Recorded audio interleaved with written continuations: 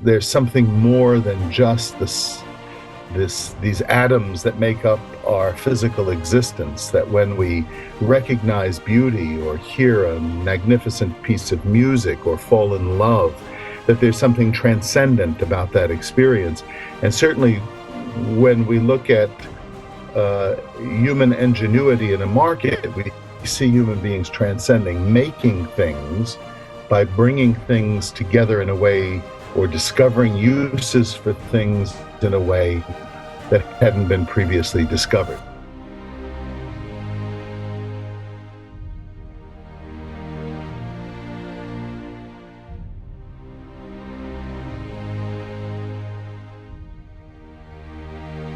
Well, I thought it was necessary because so many religious leaders with all kinds of good intentions advocate various forms of statism, the welfare state, collectivism, socialism, call it what you will, this kind of progressive idea that when needs are present in society, the first resource is to go to the government. And I find that's very deleterious, both economically and morally, culturally, for people. And I thought it would be a good idea to put these ideas in one place so that people could debate them.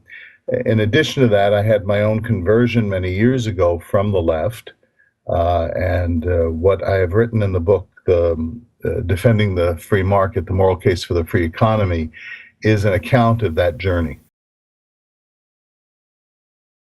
Well, I come at it a little differently. A lot of people begin with what the market produces for people, and that's certainly undeniable. It's certainly very advantageous, but that's a utilitarian case for the market.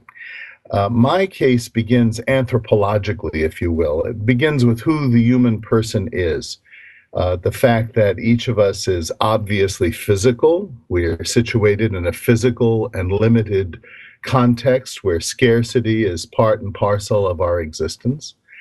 But there's something also about human beings, and of course I'm a priest, so I describe this spiritually, but I think even a non-believer would look at it and agree with it to some extent, and that is that human beings transcend their physicality. We are creative beings, that we recognize there's something more than just these atoms that make up our physical existence, that when we recognize beauty or hear a magnificent piece of music or fall in love, that there's something transcendent about that experience. And certainly when we look at human ingenuity in a market, we see human beings transcending, making things by bringing things together in a way, or discovering uses for things in a way that hadn't been previously discovered. This is what makes for what Adam Smith called the wealth of nations. So it's built into human nature to be creative, and I think that's the beginning of the moral case for the free economy, that it's in accord with our nature. The truth of the matter is the free market makes possible both of those things. Again, because the free market is simply the absence of restraint on human creativity. So if human creativity is bent toward evil, toward greed, toward avarice, then you're going to see that manifested in the market.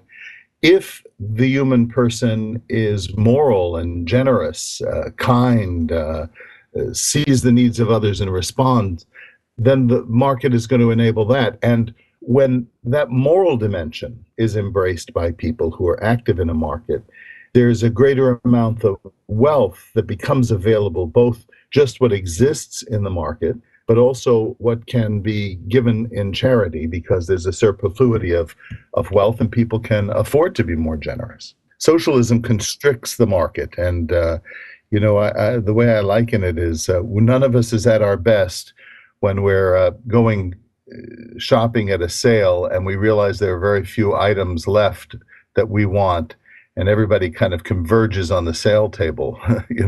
We're not at our best in those moments. And that's the kind of situation that socialism sets up, because it's not productive. It's, in effect, parasitic or cannibalistic.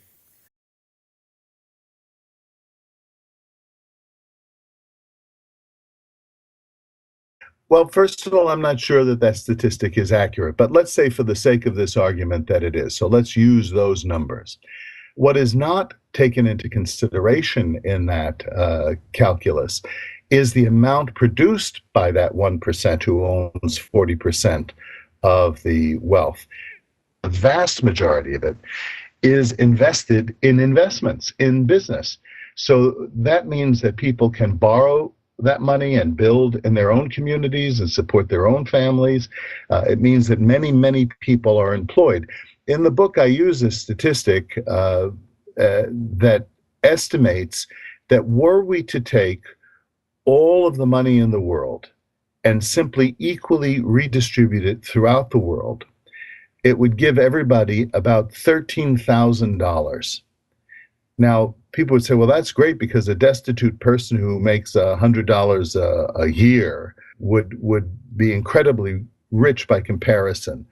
But the problem is that there would be no infrastructure, there would be no means of production anymore because that calculus includes all of the means of production, all of the industries, and it would simply destroy the economies of the world and send everyone back to the dark ages.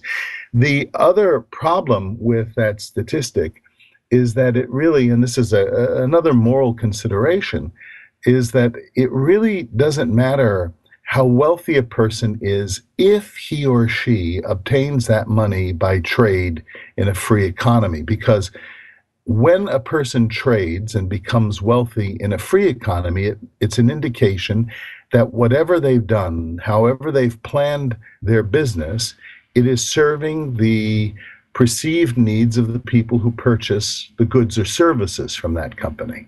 So the reward that people get for serving people is their wealth.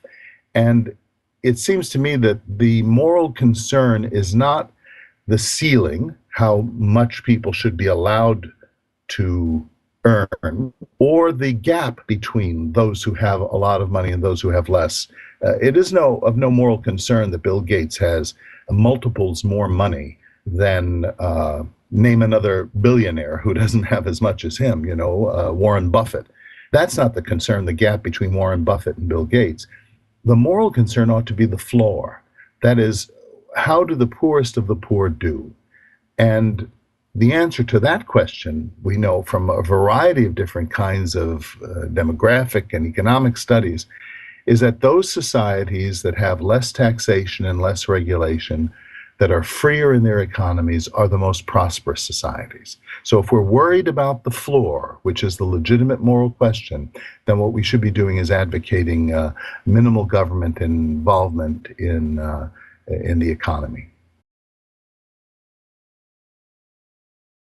Yes, I do. I think what we have today and what most people are identifying as capitalism or the free market is crony capitalism or state capitalism or a form of corporate welfare where the phenomenon of lobbying, where businesses hire people to go and persuade, in some cases to bribe public officials, politicians to vote for legislation that favors their company over others or that restricts international trade so as not to have competitive markets.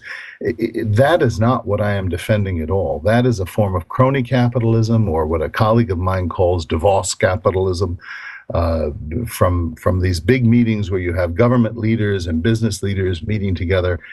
What ends up happening is the whole of the economy becomes politicized because the government keeps the entrance and exit from markets.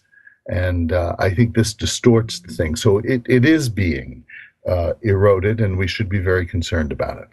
If government did not presume to be able to regulate so much of our economy, you wouldn't have the kind of favors and guarantees that the lobbyists can obtain.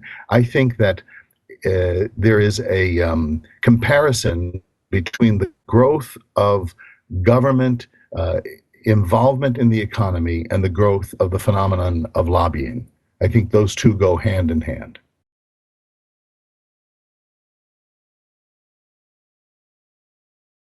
I think the first and most important thing that people need to do is to read and to understand. And these ideas are not brain surgery. This is not stuff that takes a PhD to comprehend. In fact, that's part of the whole pretense of knowledge, that the experts think that they have the monopoly on it. There are a number of very good, clear books that are not excessively complicated and jammed with mathematical equations. They give us the idea or the concept of how to think rather than what to think. I hope that my book is accessible to people. I wrote it so that it could be engaged by a general population. There are a lot of stories in it that will carry the reader's interest. There's another book that's very good that I give to especially young people. It's called The Law by Friedrich Bastiat. And I think it's even available just by download online. It'd take a few hours to read. But Bastiat gives us a real grasp, not of what to think, but of how to think. Economics in One Lesson by Henry Hazlitt would be another good primer. So the first thing I think that's necessary is for people to become informed about what's going on.